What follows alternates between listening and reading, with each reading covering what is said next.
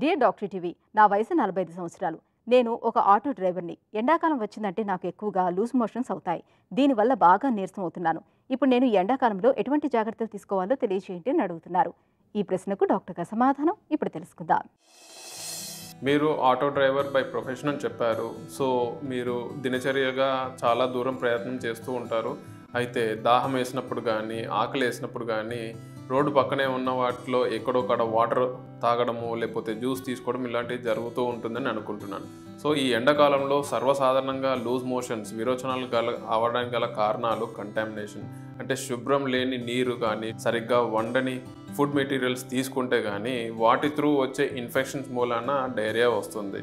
స్వతహాగా సమ్మర్లో మన గ్యాస్ట్రో ఇంటెస్టినల్ ట్రాక్ట్ సిస్టమ్ అంటే జీర్ణాశయం కొద్దిగా తక్కువ మోతాదులో పనిచేస్తూ ఉంటుంది.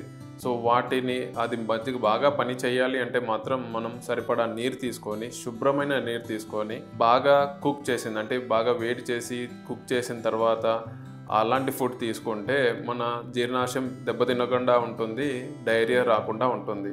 మీకు వీక్నెస్ రావడానికి గల కారణం లూజ్ మోషన్స్. ఎందుకంటే వాటరు, ఎలక్ట్రోలైట్స్ మీ బాడీ నుంచి వెళ్ళిపోతాయి కాబట్టి మీకు వీక్నెస్ ఉంటుంది. స్వతహాగా సమ్మర్లో డీహైడ్రేషన్ ఉంటుంది. సో మీరు వాటర్ ఎక్కువగా తీసుకోవాలి, శుభ్రమైన వాటరు.